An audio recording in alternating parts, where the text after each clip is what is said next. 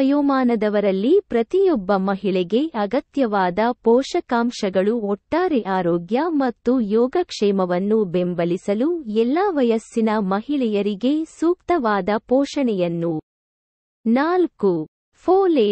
Folate ಅಥವಾ vitamin ಬಿ9 ಹೆರಿಗೆಯ ವಯಸ್ಸಿನ ಮಹಿಳೆಯರಿಗೆ ನಿರ್ಣಾಯಕವಾಗಿದೆ ಏಕೆಂದರೆ ಇದು ಭ್ರೂಣದ ಬೆಳವಣಿಗೆಯನ್ನು ಬೆಂಬಲಿಸುತ್ತದೆ ಮತ್ತು ಗರ್ಭಾವಸ್ಥೆಯಲ್ಲಿ ನರ ಕೊಳವೆಯ ದೋಷಗಳನ್ನು ತಡೆಯಲು ಸಹಾಯ ಮಾಡುತ್ತದೆ. ಫೋಲೇಟ್ನ ಉತ್ತಮ ಮೂಲಗಳು ಎಲೆಗಳ ಹಸಿರು ತರಕಾರಿಗಳು, ಸಿಟ್ರಸ್ ಹಣ್ಣುಗಳು, ಬೀನ್ಸ್, ಮಸೂರ, ಬಲವರ್ಧಿತ ಧಾನ್ಯಗಳು ಮತ್ತು ಧಾನ್ಯಗಳನ್ನು ಒಳಗೊಂಡಿವೆ.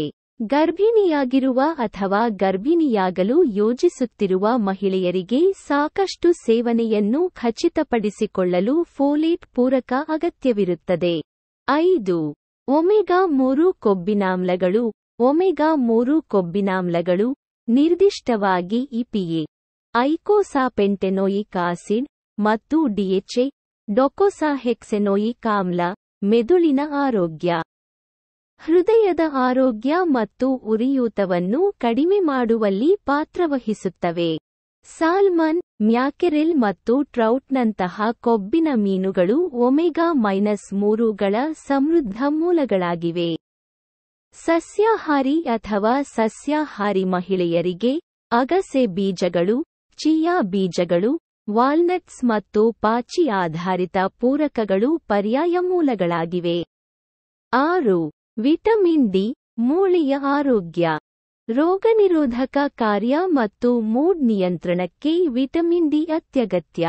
ಮಹಿಳೆಯರು, ವಿಶೇಷವಾಗಿ ಸೀಮಿತ ಸೂರ್ಯನ ಬೆಳಕಿಗೆ ಒಡ್ಡಿಕೊಳ್ಳುವ ಪ್ರದೇಶಗಳಲ್ಲಿ ವಾಸಿಸುವವರು ಅಥವಾ ಹೆಚ್ಚಿನ ಸಮಯವನ್ನು ಮನೆಯೊಳಗೆ ಕಳೆಯುವವರು ವಿಟಮಿನ್ ಡಿ ಕೊರತೆಯ ಅಪಾಯವನ್ನು ಹೊಂದಿರಬಹುದು.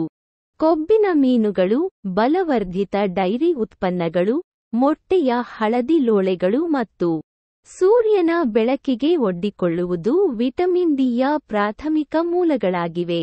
ಅಗತ್ಯವಿದ್ದರೆ ವೈದ್ಯಕೀಯ ಮೇಲ್ವಿಚಾರಣೆಯಲ್ಲಿ ಪೂರಕಗಳನ್ನು ತೆಗೆದುಕೊಳ್ಳಬಹುದು.